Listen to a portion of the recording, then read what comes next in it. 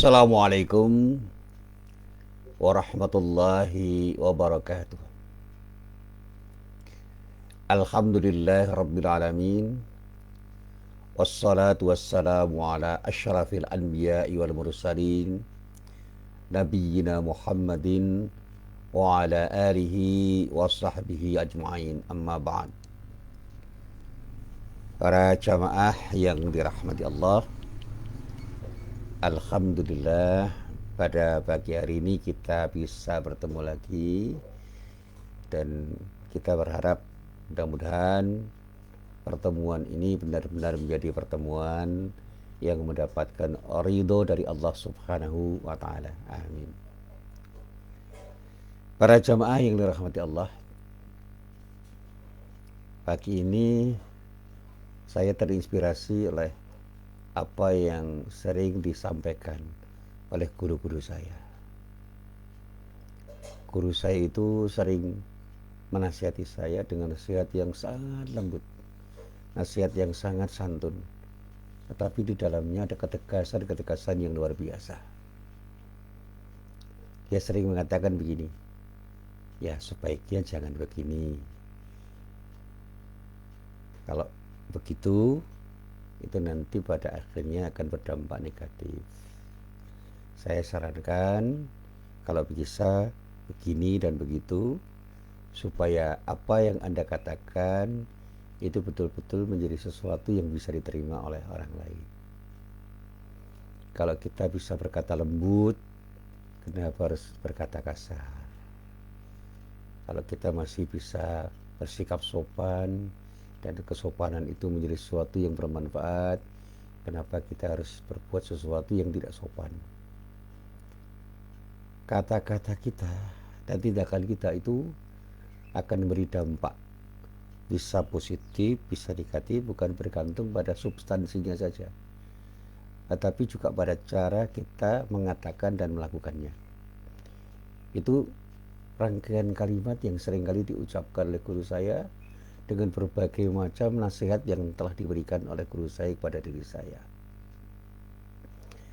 Sekali dia memang mengatakan dengan lugas, tapi kata-kata yang lugas itu diucapkan ketika saya benar-benar siap untuk menerimanya, dan pada saatnya saya betul-betul bisa menerima perkataan guru saya itu dengan nyaman.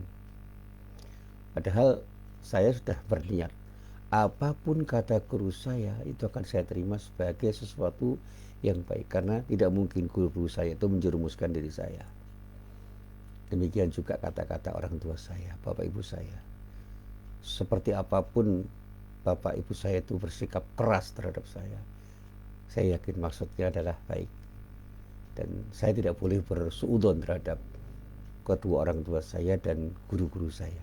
Itulah sikap yang saya bangun selama ini, dan saya mencoba mencontoh, tetapi tentu saja tidak semua bisa saya contoh dengan baik, karena respon murid-murid saya, respon mahasiswa saya itu tidak semuanya sama dengan respon yang saya miliki, respon yang selama ini saya jadikan sebagai cara merespon sesuatu yang datang dari para guru saya. Sehingga saya perlu bersikap hati-hati untuk mengatakan sesuatu kepada murid-murid saya, kepada para mahasiswa saya, dengan harapan mudah-mudahan saya bisa mengatakan sesuatu yang bisa mereka terima, dan apapun yang saya lakukan itu bisa mereka terima sebagai sesuatu yang positif. Para jamaah yang dirahmati Allah, di dalam dakwah pun juga demikian. Saya seringkali dipancing, bahkan agak sedikit provokatif, untuk mengatakan sesuatu yang sifatnya kritik kepada siapapun. Saya katakan saya akan berusaha bersikap kritis, tapi sikap kritis itu tidak dibangun dengan kebencian atau dengan kata-kata dan tindakan yang bisa menyinggung perasaan orang.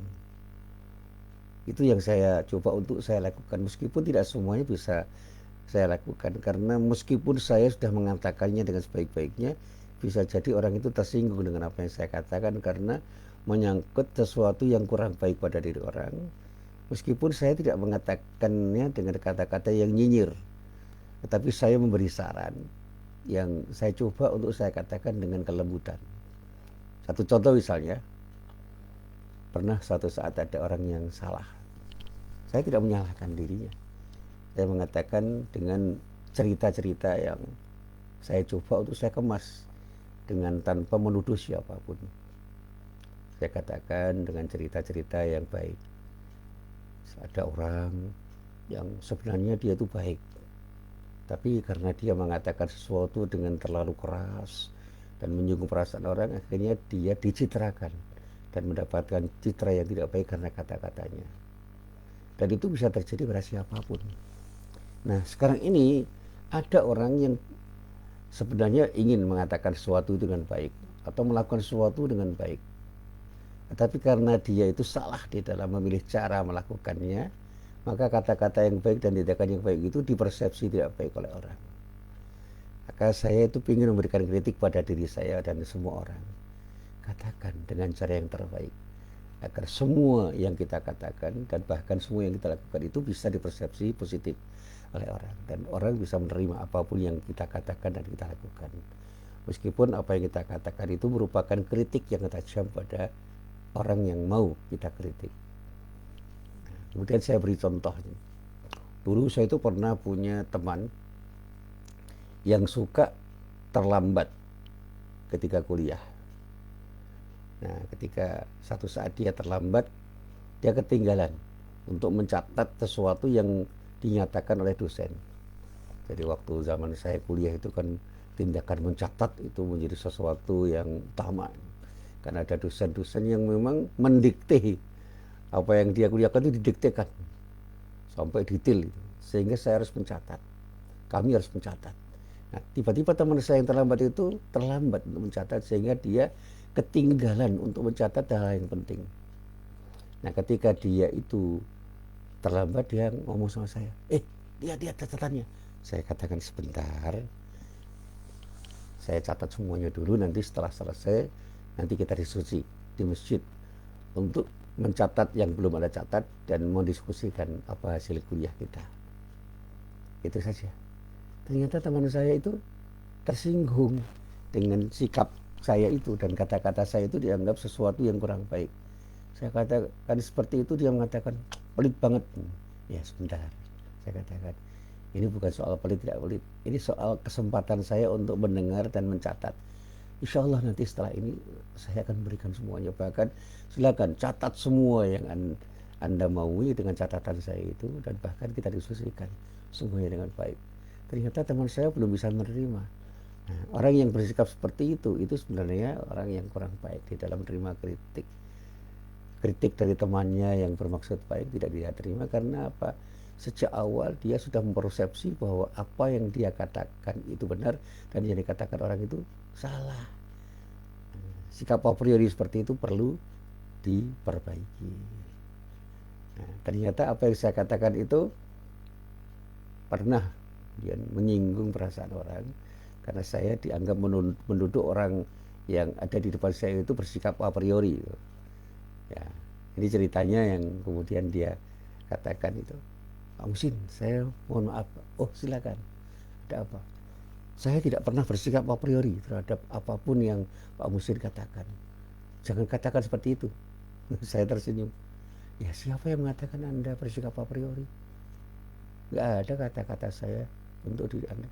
Saya hanya cerita tentang teman saya. Tapi kalau Anda merasa bahwa Anda punya sikap a priori, ya terserah. Tapi saya tidak pernah menuduh orang. Saya katakan begitu. Maaf ya, saya tidak pernah menuduh orang di kelas ini. Dan insya Allah saya tidak akan pernah mengatakan dengan tuduhan-tuduhan apapun. Saya itu tidak senang memberikan penilaian pada orang di hadapan orang yang memang saya coba untuk saya nilai. Tapi saya selalu bercerita tentang sesuatu yang mungkin saja cerita saya itu mengenai orang yang ada di depan saya. Mungkin saja, tetapi itu bukan sesuatu yang saya sengaja sebenarnya. Tetapi kata-kata saya dan jelasan saya itu belum memuaskan. Akhirnya dia merasa bahwa dia tidak nyaman dengan kata-kata saya itu. Dan berkali-kali dia mengatakan, Musin, saya minta tolong. Kalau di depan kelas jangan ngomong begitu. Ini menyangkut diri saya itu, saya nggak nyaman. Saya katakan, ya terima kasih. Itu kritik Anda pada diri saya. Saya terima kritik Anda. Mudah-mudahan kritik Anda itu bisa memberikan kontribusi yang baik untuk diri saya. Tapi saya ingin mengatakan kepada Anda sekali saja, silakan Anda dengar, dan kalau Anda mau menerima silakan, tidak mau menerima silakan. Jangan pernah Anda tidak mau dikritik. Dan ini yang selalu saya sampaikan pada diri setiap orang yang berjumpa dengan saya. Insya Allah saya akan setiap saat menerima kritik dari siapapun dengan cara apapun, termasuk dengan kata-kata, dengan rangkaian kata, dengan kalimat yang sekasar apapun. Saya akan mencoba untuk melihat substansinya, sehingga bahkan kritik yang tidak benar pada diri saya pun akan saya terima sebagai sesuatu yang mungkin pada saatnya memang dianggap tidak benar oleh orang, meskipun saya sudah merasa bahwa apa yang saya lakukan itu adalah sebuah tindakan yang benar. Nah, para jamaah yang dirahmati Allah, berkaitan dengan ini saya punya cerita yang panjang sebenarnya, cuma hari ini saya coba untuk saya ringkas saja. Sampai hari ini saya selalu melihat masih banyak orang yang punya pendapat bahwa kata tegas itu identik dengan keras dan bahkan cenderung lugas dan kasar. Benarkah hal itu? Benarkah pernyataan orang itu? Jadi kalau orang itu mengatakan bahwa dia harus bersikap tegas, itu harus dikatakan dengan keras, lugas, kasar. Padahal tidak selamanya begitu. Ketegasan dari Rasulullah, saya kalau belajar sirah Rasulullah itu luar biasa. Tetapi dia selalu bisa mengatakan dengan kelembutan, dengan sikap santun, dengan kesopanan yang luar biasa. Sehingga dia itu menyentuh para sahabatnya dan umatnya itu dengan sentuhan yang lembut untuk mengatakan sesuatu yang tegas. Dan berkali-kali saya coba mencermati, ternyata saya menemukan sejumlah paradok atau pernyataan yang seolah-olah bertentangan atau berlawanan dengan pendapat umum atau kebenaran, tapi kenyataannya mengandung kebenaran. Bahwa Nabi itu adalah seorang yang sangat tegas, tapi sekaligus lembut. Ini yang disebut dalam bahasa Arab dengan rifqun. Ar-rafiq itu orang yang lembut, tetapi dia tetap tegas. Bisa jadi bicaranya itu lugas apa adanya, tanpa basa-basi, tetapi tidak kasar. Dan ini soal kemampuan mengkomunikasikan sesuatu dengan kata-kata atau bahkan dengan tulisan pun. Ada tulisan-tulisan yang lugas dikatakan atau dinyatakan orang, ditulis orang, tetapi tidak pernah terkesan kasar. Ada tulisan yang tidak penuh basa-basi, tidak banyak basa-basi, lugas apa adanya, tapi tidak kasar. Dan itu yang sering saya baca dalam artikel-artikel yang saya baca di beberapa media massa. Para jamaah yang dirahmati Allah, masih banyak orang yang menerjemahkan kata tegas misalnya dari ayat-ayat Al-Quran, tetapi salah kaprah di dalam menafsirkannya, dan akhirnya implementasinya pun bisa salah. Misalnya kata-kata yang terkait dengan rangkaian kata asyidda walal kuffar. Seringkali kata-kata asyidda walal kuffar itu diterjemahkan atau ditafsirkan dengan pengertian keras, lugas, tegas, dan bahkan kasar pun bisa dilakukan. Padahal kalau kita pahami tafsirnya secara mendalam, ini hasil telaah saya dari beberapa kitab tafsir, kata asyidda itu tidak harus ditafsirkan seperti itu. Pada ayat yang terdapat pada surat Al-Fath ayat 29, itu memang ada kata-kata asyidda yang memang bisa diartikan dengan makna tegas, tetapi tidak harus diimplementasikan dengan keras, apalagi kasar. Di dalam ayat itu dikatakan a'udzubillahi minasyaitonir rajim. Muhammadur Rasulullah walladzina ma'ahu asyidda'u 'alal kuffari ruhama'u bainahum. Tarahum ruk'an sujjatan yabtaghuna fadlan minallahi wa ridwana. Simahum fi wujuhihim min atharis sujud. Dzalika mathaluhum fit Taurat wa mathaluhum fil Injil kazar'in akhraja syat'ahu fa'azarahu fastaghlada fastawa ala suqih yu'jibu zurra'a liyaghidha bihimul kuffar. Dan perumpamaannya jelas itu. dzalika ma talahum fit Taurah wa matalahum fil Injil kazar'in akhraja syat'ahu fa'azarahu fastaghlado fastawa ala suqihi yu'jibuz zurra'a liyaghidha bihimul kuffar. Wa'adallahu alladhina amanu wa 'amilus salihati minhum maghfiratan wa ajran 'azima.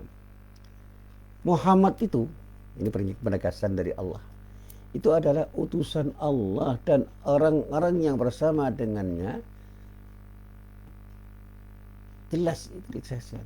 Muhammad itu adalah utusan Allah dan orang-orang yang bersama dengan dia adalah keras, bersikap keras. Dalam arti tegas terhadap orang-orang kafir. Tetapi berkasih sayang sesama mereka. Jadi di sini harus ada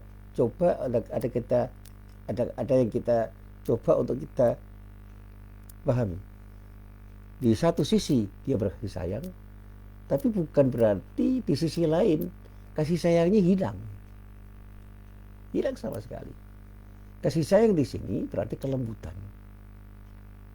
Yang kemudian mengindikasikan bahwa dia itu mencintai dan menyayangi orang-orang yang bersama dirinya. Jadi Muhammad itu Rasulullah.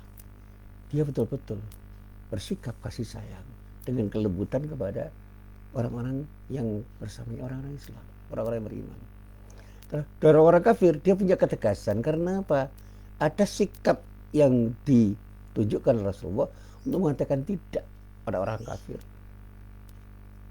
Terutama terkait dengan masalah-masalah yang bersifat akidah dan ibadah.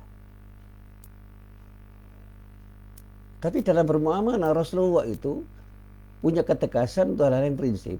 Tapi bukan berarti kasar terhadap orang-orang kafir. Jadi kata-kata tidak itu bisa diartikan sebagai penolakan, tetapi tidak harus dikatakan dengan intonasi dan artikulasi yang bisa membuat orang itu tersinggung. Misalnya kita katakan tidak, ekspresinya harus jelas. Mimik kita, sikap tubuh kita itu jangan sampai mengindikasikan bahwa kita itu sedang mencela atau meremehkan orang yang kita kata-katai dengan kata-kata tidak itu.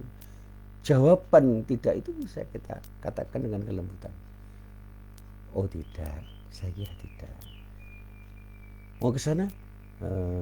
Saya tidak mau ke sana. Belum saatnya saya ke sana.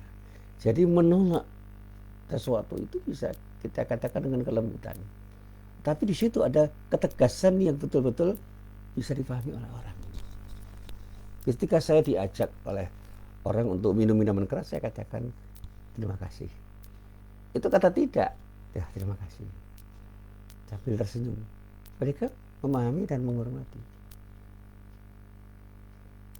Dan ketika mereka mengajak saya untuk berbuat tidak baik, saya katakan, wah terima kasih, saya tidak terbiasa saya melakukan itu. Bahkan sebuah tindakan yang mubah, tetapi menurut saya kurang bermanfaat. Satu saat saya itu sedang mengerjakan pekerjaan yang harus saya selesaikan dalam waktu tertentu. Ada teman saya mengajak piknik, saya katakan, wah terima kasih.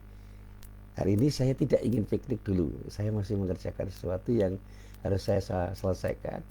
Dan kalau saya piknik malah nggak selesai. Jadi ini yang harus dipahami. Silakan kita coba untuk kita renungkan rangkaian ayat ini. Bahkan dikatakan oleh Allah, kamu lihat mereka ruku dan sujud mencari karunia Allah dan keridhaan Allah. Tanda-tanda mereka tampak pada muka mereka dari bekas sujud. Maksudnya pada air muka mereka kelihatan. Ada tanda-tanda keimanan dan kesucian hati mereka. Ada indikator keimanan dan kesucian hati mereka. Demikianlah sifat-sifat mereka dalam Taurat dan sifat mereka dalam Injil. Itu seperti tanaman yang mengeluarkan tunasnya. Maka tunas itu menjadikan tanaman itu kuat, lalu menjadi besarlah dia dan tegak lurus di atas pokoknya. Tanaman itu menyenangkan hati penanam-penanamnya, karena Allah hendak menjengkelkan hati orang-orang kafir dengan kekuatan orang-orang yang beriman. Allah menjanjikan kepada orang-orang yang beriman dan mengerjakan amal saleh di antara mereka maghfirah, ampunan dan pahala yang besar. Jadi kata-kata asyidda itu ternyata kata-kata yang kalau dalam bahasa Indonesia diartikan tegas, tetapi tidak harus diimplementasikan dengan keras, apalagi kasar. Nah, para jamaah yang dirahmati Allah, Nabi Muhammad SAW misalnya pernah menjawab permintaan orang-orang kafir dengan jawaban yang tegas dan lugas, dan berani mengatakan tidak pada sesuatu yang memang harus beliau katakan dengan kata tidak, karena Allah telah merintahkannya untuk berkata begitu.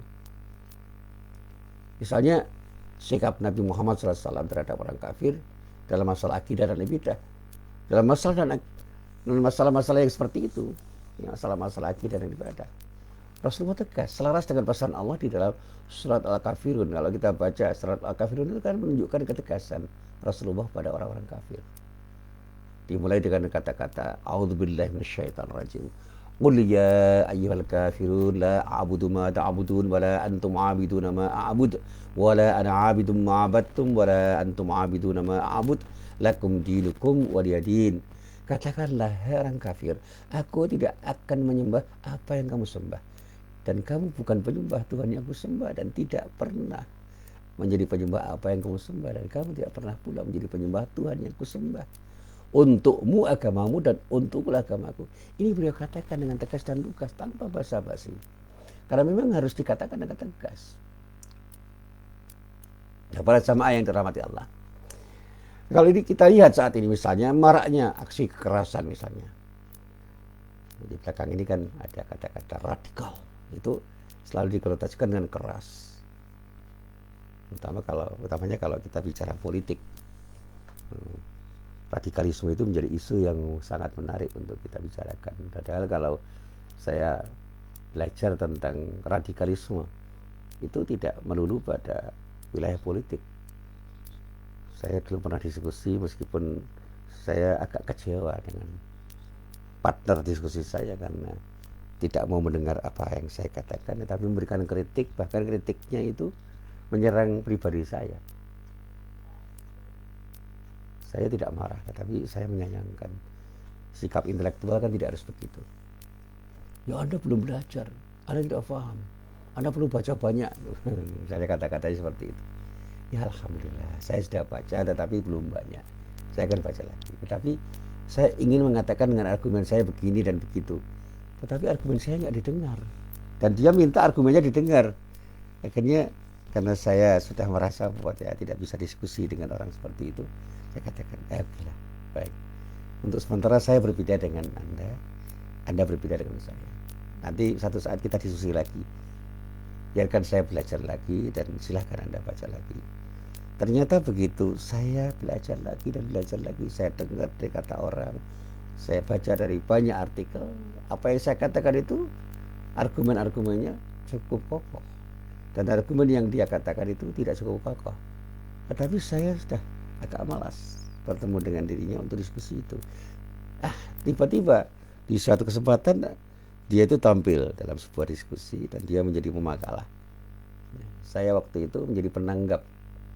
Nah, saya tanggapi semuanya itu dengan argumen-argumen yang lebih lengkap, lebih rinci, dengan nalar yang saya bagus sedemikian rupa, dan alhamdulillah audien lebih menerima argumen saya. Sehingga kritik tajam diberikan kepada dirinya dan apresiasi diberikan pada diri saya dengan pendapat-pendapat saya. Tapi dia nampaknya tidak bisa menerima, karena maaf ya, dia itu seorang guru besar, dia profesor, saya bukan siapa-siapa. Tetapi kan tidak begitu dalam dunia keilmuan, dalam diskusi akademik. Seorang profesor itu ya profesor dalam arti gelarnya, tetapi tidak semuanya mengatakan bahwa dia itu pintar dan cukup bijak di dalam berkata-kata. Bahkan kadang-kadang kata-katanya tidak mengindikasikan bahwa dia cukup layak untuk disebut profesor yang menjadi puncak perolehan dia sebagai seorang akademisi. Puncak karirnya kan pada gelar profesor itu. Tapi ternyata profesor itu ya tidak semuanya cukup cerdas dan cukup bijak di dalam mengatakan sesuatu. Tetapi bukan berarti saya ingin meremehkan profesor, tidak. Tapi ya, gelar itu tidak menandai kecerdasan dan kebijakan semua orang. Seharusnya begitu, tetapi senyatanya tidak begitu.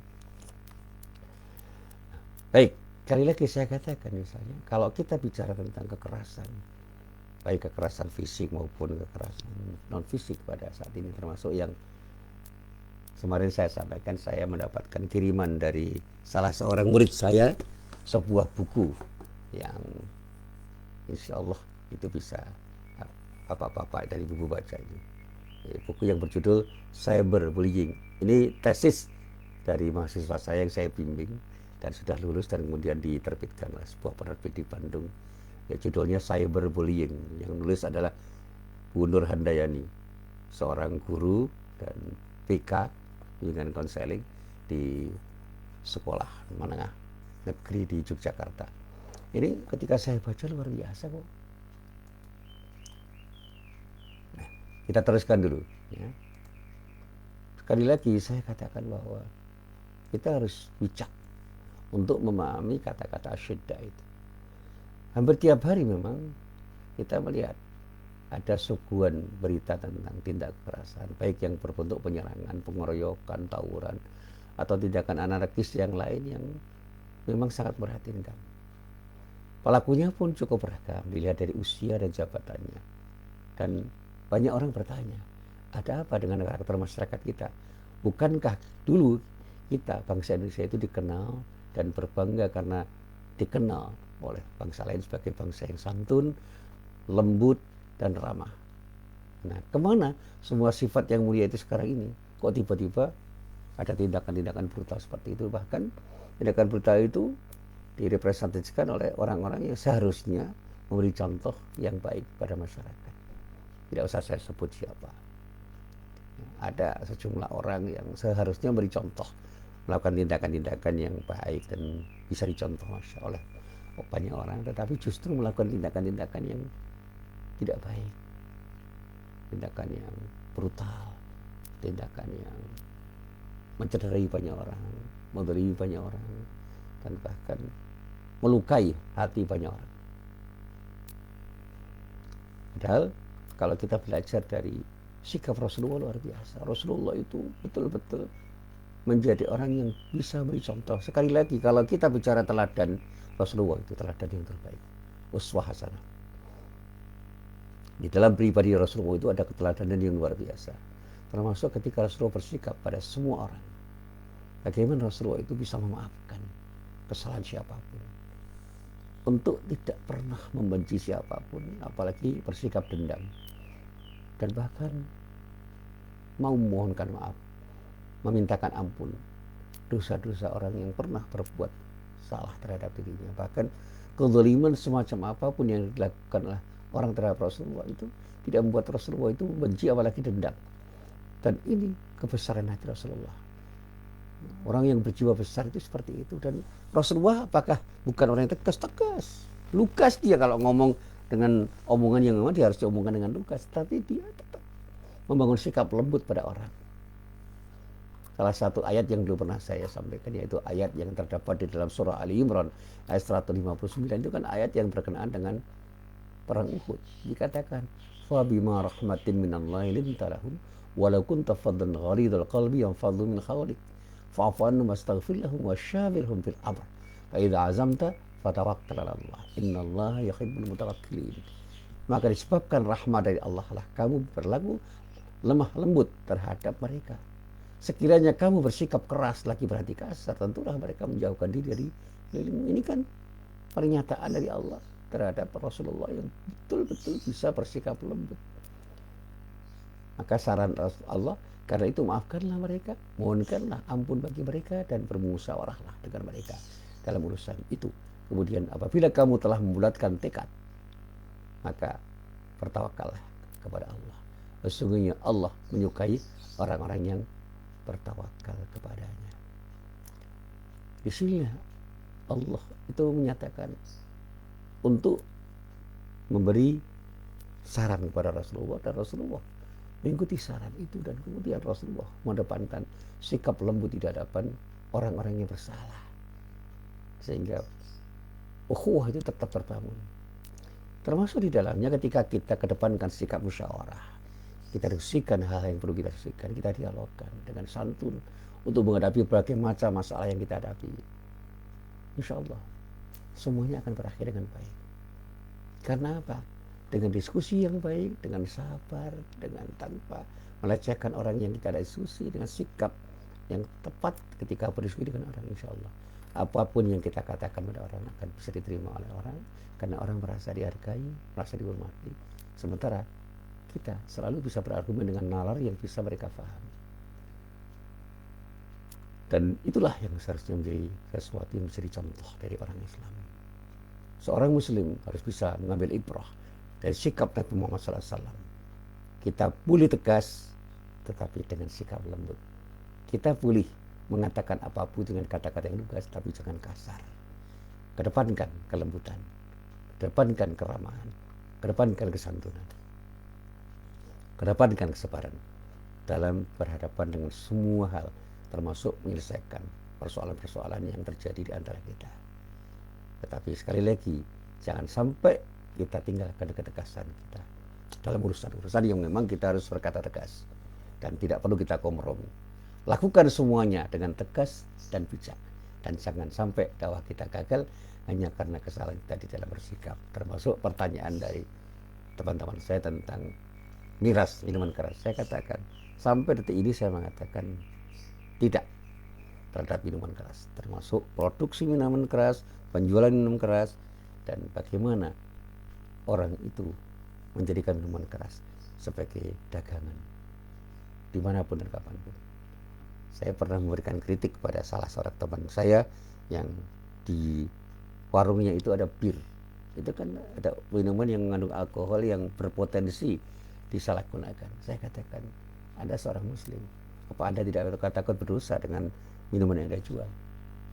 Karena itu teman saya yang sudah akrab, dia menerima dan tidak menjual bir. Dan alhamdulillah, teman-teman saya, tetangga saya yang dulu menjadi peminum berat, sekarang mulai sadar dan kembali ke masjid dan mulai sadar bahwa apa yang dia lakukan, apa yang mereka lakukan itu adalah tindakan yang salah. Tetapi saat banyak orang yang sadar untuk tidak minum minuman keras, anak-anak muda sekarang mulai mencicipi minuman keras itu. Dan kalau produksi minuman keras itu dilegalkan pada satu saat, bahkan kemudian distribusinya itu dilegalkan sedemikian rupa dengan dukungan dari pemerintah, saya khawatirkan akan semakin merepotkan kita sendiri. Tidak dilegalkan saja sudah begini, apalagi dilegalkan. Makanya dalam konteks ini saya selalu mengatakan, jangan pernah melakukan sesuatu yang bisa menimbulkan kemudaratan dimanapun, kapanpun, oleh siapapun. Saya tidak mengkritik seseorang, tapi siapapun, kalau kita itu punya kekuasaan, jangan kita gunakan kekuasaan untuk melakukan sesuatu yang pada akhirnya akan memberikan kemudaratan pada siapapun. Kalau kita menjadi pemimpin, jangan sampai kita punya kebijakan yang akan bisa memberikan dampak negatif pada orang-orang yang kita pimpin. Apalagi ketika kita sebagai pejabat. Jadilah pejabat yang bersikap amanah untuk melakukan tindakan yang bisa memberikan dampak positif pada semua orang yang ada di bawah kekuasaan kita. Inilah apa yang bisa saya sampaikan tanpa harus merujuk pada apapun yang dikatakan orang secara khusus dan menunjuk pada siapapun. Mari kita bersikap bijak, menjadi orang yang tetap bersikap santun meskipun kita harus mengatakan sesuatu dengan tegas. Inilah sekali lagi apa yang bisa saya sampaikan, mudah-mudahan bermanfaat. Billahi taufik wal hidayah. Assalamualaikum warahmatullahi wabarakatuh.